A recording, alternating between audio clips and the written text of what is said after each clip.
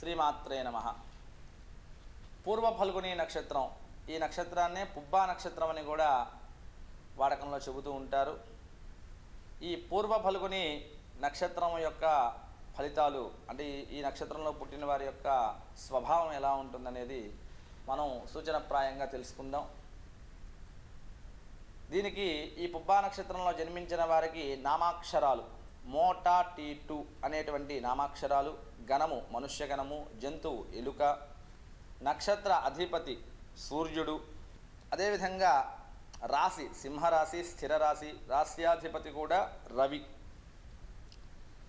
పుబ్బా నక్షత్రం 4 పాదాలు సింహరాశికి చెందినవి. ఈ నక్షత్ర జాతకులు సౌందర్యవంతులు, విలాసవంతమైనటువంటి జీవితాన్ని ఇష్టపడేవారు, నలుగురిని ఆకర్షించేవారు, చక్కటి వాక్చాతుర్యం కలిగినవారు. వీరు విద్యావంతులు, వివేకవంతులు, సమయోచిత నిర్ణయాలను తీసుకోగలిగిన వారు, నలుగురిని కూడా ఆకట్టుకోగల సమర్థులై ఉంటారు. నొప్పించక తానవ్వక అనేటువంటి పద్ధతిలో మనకు సామెత ఉందిగా, తప్పించుకు తిరిగేవాడు ధన్యుడు సుమతి. ఆ విధంగా ఆ మధ్య మార్గంగా ప్రవర్తిస్తూ ఉంటారు. వీరికి మానవ సంబంధాల పట్ల నమ్మకం తక్కువగా ఉంటుంది. బంధుప్రీతి, ఆశ్రిత పక్షపాతం కలిగి ఉంటారు. తనను పొగిడేవారిని, భజన పరుల్ని ఎక్కువగా ఇష్టపడతారు. అందరితోనూ కలుపుగోలుతనంగా ఉంటూ వారిని ఎవరైతే పొగుడుతూ ఉంటారో వారికి ఎక్కువగా కూడా విశేషంగా ఆదరణ చేస్తూ ఉంటారు.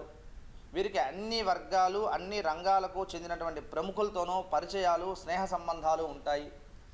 సహజంగా సింహరాశికి చెందినవారు కాబట్టి రిజర్వ్డ్గాను అంటే బాగా హుందాతనంగాను గంభీరంగాను ఉండాలనుకుంటారు. ఇక్కడ వీరి రాశ్యాధిపతి రవి నాయకత్వ లక్షణాలు బాగా కలిగి ఉంటారు.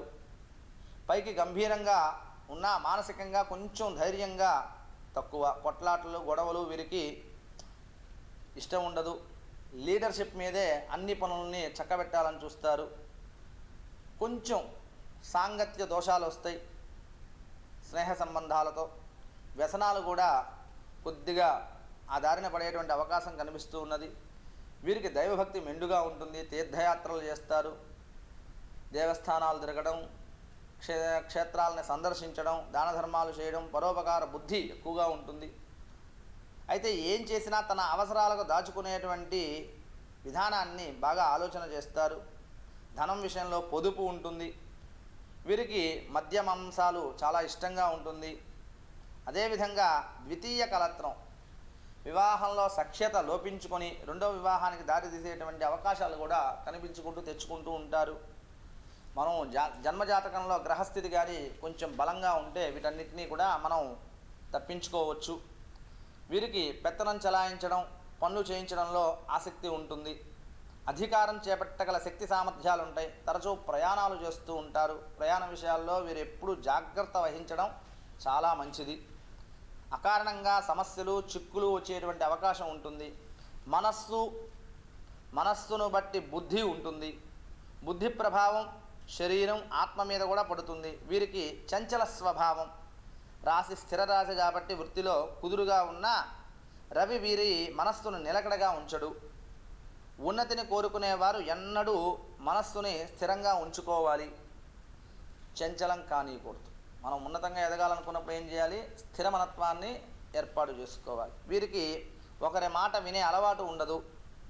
ముఖ్యంగా స్త్రీల మాటలను అస్సలు పట్టించుకోరు. ఎవరేం చెప్పినా తాను అనుకున్నది చేసుకుంటూ పోతారు. వ్యవహారముల యందు మాత్రం వీరు చాలా ఖచ్చితంగా ఉంటారు. వ్యాపారం కన్నా వీరు వృత్తి, విద్య లేదా ప్రభుత్వ రంగాల్లో బాగా రాణిస్తారు.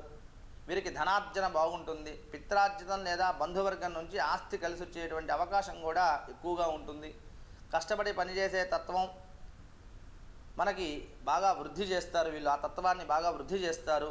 వీరికి 23 సంవత్సరములలోపు విద్యార్జన, 23-30 సంవత్సరముల మధ్యలో ఉద్యోగం, 36 సంవత్సరాలలోపు వివాహము, తర్వాత స్థిరపడుట, నికర ఆదాయం 36 నుంచి 48 సంవత్సరముల మధ్యకాలంలో బాగా యోగిస్తుంది. గౌరవ అధికారములు బాగా లాభిస్తాయి. మాటకు విలువ, పలుకుబడి పెరుగుతాయి. ఆస్తుల్ని అభివృద్ధి చేస్తారు. వీరికి 53, 54, 57 సంవత్సరముల యందు పదోన్నతి లభించేటువంటి అవకాశాలు కలుగుతూ ఉంటాయి. మంచి యోగం, 60, 62, 64, 69, 71 సంవత్సరాలలో చాలా విశేషంగా చెప్పుకోవచ్చు. 51, 60, 69 కొంత అనారోగ్యత కూడా వీరికి అవకాశం ఉంది. ఒక గండం తప్పి మంచి అవకాశం కూడా లభిస్తుంది. ఇక జీవితంలో వృత్తిలో కానీ ముఖ్యమైనటువంటి మార్పులు అనేవి 38, 39, 43, 51 సంవత్సరముల యందు జరిగే అవకాశం ఎక్కువగా ఉంటుంది. వీరికి శని దశలో శని అంతర్దశ యందు, బుధ దశలో శని అంతర్దశ యందు కొంచెం అనారోగ్యత ఎక్కువగా కనిపిస్తుంది. అనారోగ్యం. పుబ్బా నక్షత్రంలో జన్మించిన వారికి 4వ పాదం తల్లికి దోషం, శాంతి చేయించుకోవాలి. అదేవిధంగా మృతికి దోషం లేదు. ఈ నక్షత్రంలో చనిపోయిన వారికి గృహం విడిచిపెట్టాల్సిన పని లేదు. వీరికి మహాలక్ష్మి అమ్మవారిని ఎప్పుడు అర్చన చేయడం, ఆరాధన చేయడం, అమ్మవారిని దర్శిస్తూ ఉండడం చాలా విశేషంగా యోగిస్తుంది. ఉంగరంలో ఏమి ధరించాలి? జాతి వజ్రం, మనకి వజ్రాన్ని ధరించాలి. మంగళవారము, గురువారము, శుక్రవారాలు వీరికి చాలా యోగదాయకంగా ఉంటాయి. వీరి అదృష్ట సంఖ్య జ్యోతిష్య శాస్త్రం 6గా సూచన చేస్తూ ఉన్నది. ఈ విధమైనటువంటి సూచనలన్నీ కూడా గమనించి మీ యొక్క జీవితాన్ని చాలా విశేషంగా కూడా రాణించగలరని ఈ సూచనలన్నీ కూడా తెలియజేస్తూ ఉన్నాము. శుభం భూయాత్.